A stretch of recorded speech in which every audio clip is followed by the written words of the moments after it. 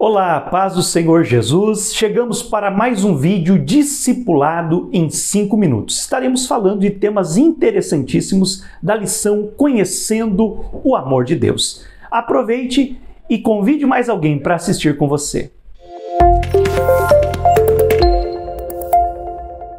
Muito bem, chegamos ao estudo número 3, o substituto dos nossos pecados. E ele começa com João 3,16, porque Deus amou o mundo de tal maneira que deu seu Filho unigênito para que todo aquele que nele crê não pereça, mas tenha vida eterna. Você deve destacar bem esse texto porque é o texto de ouro da Bíblia, é o resumo, eu poderia dizer assim, do plano da salvação de Deus para a humanidade. E aí então vai haver uma recapitulação do estudo anterior, falando a respeito do pecado e do plano de Deus. E agora vem então a sequência, citando Isaías 59:2, que as nossas iniquidades fazem separação entre nós e o nosso Deus, e os nossos pecados encobrem o rosto para que ele não nos ouça. Então, Deus quer se relacionar com o homem, e o homem precisa se relacionar com Deus. Mas o pecado, ele cria barreira na relação com Deus. Por quê? Aí vem o tópico em negrito. Na sua essência, o pecado é um ataque contra a honra e a santidade de Deus. Então, Deus é um Deus santo e justo, e ele não pode conviver com o pecado e com a injustiça. E além disso, o pecado é uma rebelião contra ele, onde se prefere fazer a própria vontade do ser humano do que a vontade de Deus. Então a santidade de Deus reage contra o pecado através da ira divina. Porém, aqui colocando na forma do texto, diz assim: imagine Deus irado. Calma, não se desespere, pois Deus em sua bondade adiou o juízo a nós pecadores. Então veja, Deus, ele se ira com o pecado, mas ele ama os pecadores. Então Deus é justo para condenar o pecado, mas ele é amoroso para salvar os pecadores. Então ele adiou o seu juízo, adiou o derramar da sua ira, para dar tempo e possibilidade das pessoas se arrependerem dos seus pecados.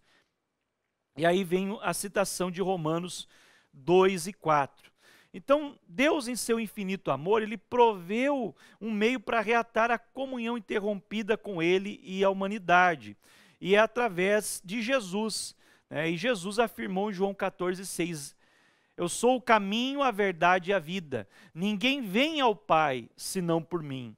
Então, a comunhão com Deus ela foi restabelecida com a humanidade, pois Cristo morreu para o perdão dos nossos pecados. E aí tem a citação de 1 Pedro 2:24, que fala dessa morte de Jesus para que nós pudéssemos ter vida.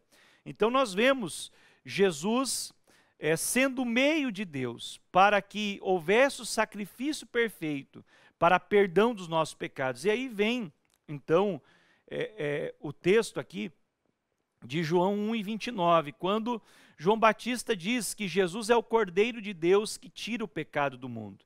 E nesse momento nós temos que explicar que a palavra de Deus diz que a remissão dos pecados ela vem através do derramamento de sangue. E no Antigo Testamento havia um sistema de sacrifícios que Deus instituiu para que o homem pecador simbolicamente transferisse os seus pecados ou os pecados do povo. O sumo sacerdote, em relação à nação de Israel, transferia os pecados simbolicamente para um cordeiro puro e indefeso, para que ele morresse e derramasse o seu sangue no lugar dos pecadores. E Deus, como um justo juiz, ele não pode simplesmente deixar o pecado sem punição.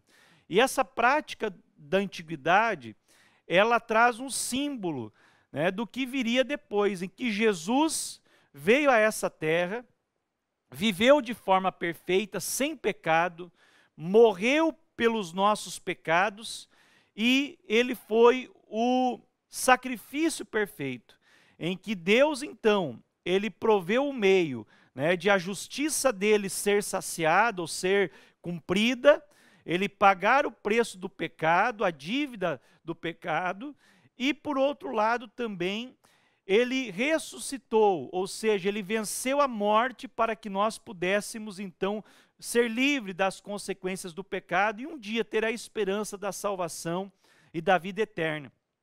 Então veja que Jesus foi esse cordeiro que morreu no nosso lugar, no lugar dos pecadores.